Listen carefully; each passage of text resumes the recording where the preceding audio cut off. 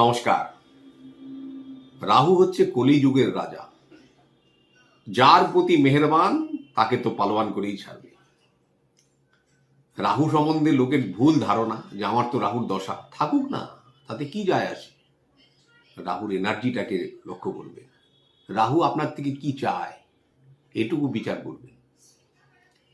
বলে নাম্বার 1 পরিষ্কার পরিচ্ছন্নতা আপনার শরীরের।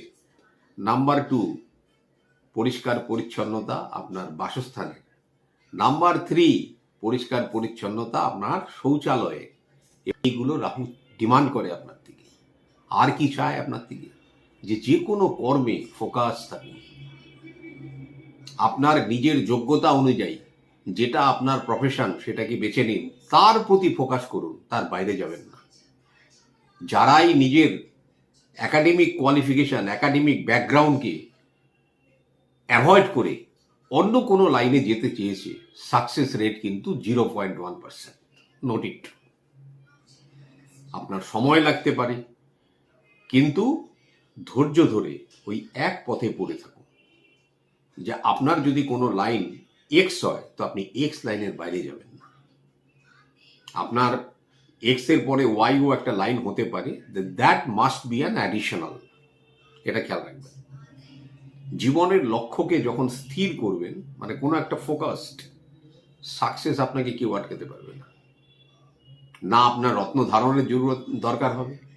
বাসস্থানের দেখবেন এনার্জিগুলো যেন বিঘ্নিত না থাকে।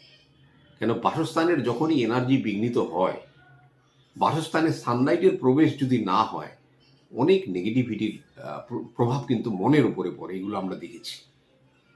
যার জন্য যাদের বাড়িতে দিনের বেলাতে আলো জ্বালাতে হয়, তাদের দেখবেন আর্থিক সচ্ছলতা কম, কারণ তার সোলার এনার্জি তার ওখানে প্রবেশ করে না। সেই সব মানুষদের সকালবেলা অনুরোধ করি, চান করার পরে অতি অবশ্যই ওপেন এক্সপোজড কোনো জায়গাতে সূর্যের আলোতে বসে সূর্যকে জল দেওয়া, প্রাণায়াম করা, যোগ অভ্যাস করা, শরীরটাকে এক্সপোজ করা, এটাকে কিন্তু করতে হবে।